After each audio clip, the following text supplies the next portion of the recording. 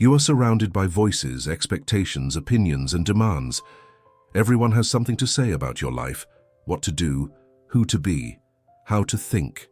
And slowly, without even noticing, you've traded your own voice for the noise of everyone else. This is about reclaiming your mind, not by fighting the world, but by remembering you were never meant to just follow the crowd. You were meant to choose, to decide, and to define your own direction. This is your blueprint for thinking for yourself when everyone is pressuring you. And today you take your mind back. You weren't born with someone else's thoughts in your head. You learned that. You learned to absorb, to copy, to adjust, to fit in. And piece by piece, the world convinced you that its voice mattered more than your own. Your freedom begins right here, by recognizing how easily your mind can be influenced. Most people don't control your life by force. They control it by suggestion, by their tone, by repetition, by approval and disapproval. They say, "You should do this," or "You should act like that." And without even asking yourself, you follow. Not because you're weak, but because the human mind is designed to imitate the tribe to survive. The problem is, you're not in a tribe anymore. You're in a world where everyone pressures you, not to protect you, but to mold you into what makes them comfortable. So hear this clearly. If you don't think for yourself, someone else will think for you. That's the key. And once someone else is thinking for you, they are living your life for you. You have a choice. Right now, in this moment, you can interrupt the pattern. Here's the rule. Before you agree, pause. Before you respond, pause. Before you absorb someone's opinion, pause. Ask yourself, do I actually believe this? Do I actually want this? Does this align with who I am becoming? This pause is your power. This pause is your return to self. This pause is how you reclaim your mind. Most people aren't living their own lives. They're outsourcing their identity to the loudest voice in the room. Look at how often you say yes when you mean no. How often you stay silent when you want to speak. How often you adjust your preferences, your personality, just to avoid friction. That's not peace. That's self-abandonment. And self-abandonment is the fastest path to regret. So today, we replace it with responsibility, with ownership, and with the willingness to hear your own thoughts again even when they go against the crowd. You don't need their permission. You don't need their agreement.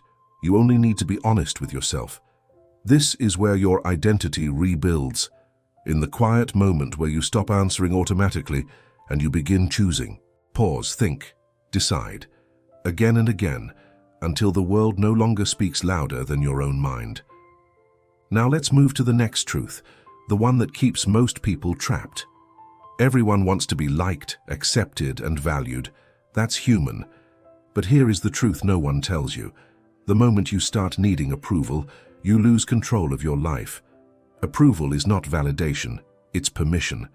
And the more you chase it, the more you train your mind to believe your worth is something that must be given to you by other people. When you seek approval, you hand your identity to the world. You stop asking, "What do I believe?" and you start asking, "What do they want from me?" You have a choice, to live as the authentic version of yourself or to become a mirror reflecting everyone else's expectations. Most people choose the mirror because it's easier to be accepted than to be misunderstood. But easy is the enemy of growth, of identity, of self-respect. When you choose approval, you're saying, "Your opinion of me matters more than my opinion of myself." Think about the last time you said yes when you wanted to say no. The last time you stayed silent to avoid being judged. You felt it, didn't you? That sinking, uncomfortable feeling. That's the price of approval. And it's too high. Because every time you abandon yourself to be liked, you teach your mind that your own voice cannot be trusted. So let's make a shift. Stop asking, "Do they like me?" and start asking, "Do I respect myself right now?" Approval is dependency, but self-respect is strength. You don't need their praise to move forward. It's not about being liked. It's about being aligned with who you are and who you're becoming. When you trade approval for self-respect, everything changes. Your decisions come from courage, not fear. Your identity is built from the inside, not borrowed from the outside. This is how you break free. But breaking free comes with something difficult, something powerful. There comes a moment when you realize no one is coming to save you. Not your friends, not your family. That moment feels lonely, but it's also the beginning of your power. Because the one who can stand alone is the one who can't be controlled. You can chase validation, or you can chase growth. You can't chase both. Most people fold the second they feel unseen. They panic when there's no applause. They think a lack of company means they're wrong. No, it means you are stepping into territory most people never dare to enter. You are no longer living life on permission. Standing alone teaches you things comfort never will. It teaches you patience, clarity, and trust in your own judgment. It teaches you that your life is your responsibility. Stop asking who will walk with you. Start asking if the path is worth walking. If you require company to move forward, you are never truly committed. You have a choice. You can be liked or you can be respected. Power comes when you stop seeking acceptance. And yes, it will be hard. Yes, it will feel heavy.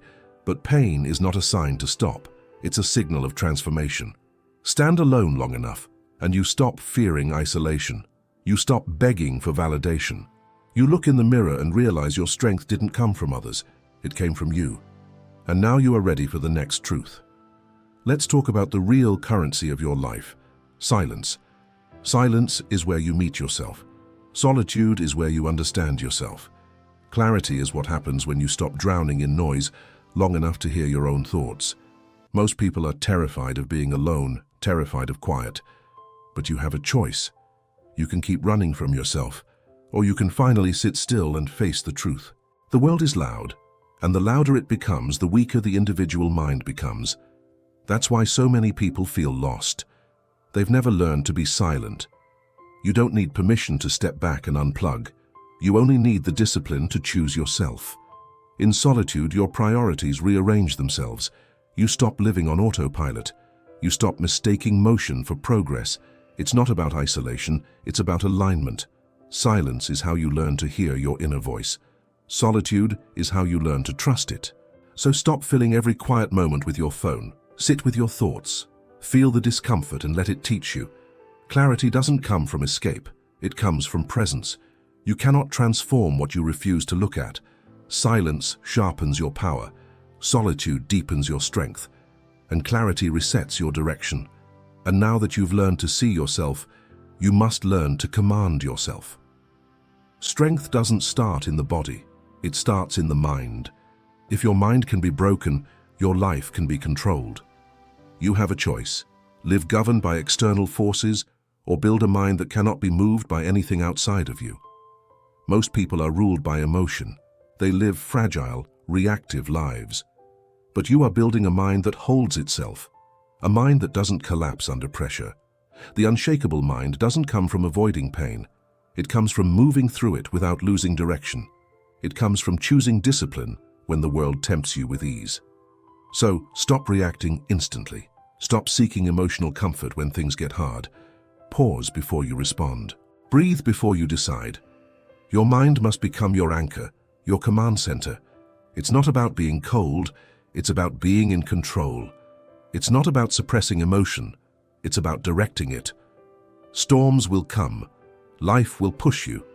But when your mind is trained, nothing external can shift your internal foundation. This is where true power is found. The person who cannot be shaken cannot be controlled, and the person who cannot be controlled is truly free. If this message resonated with you, let me know in the comments below. Thank you for listening. Don't forget to like this video and subscribe for more content on building a stronger mind. I'll see you in the next one.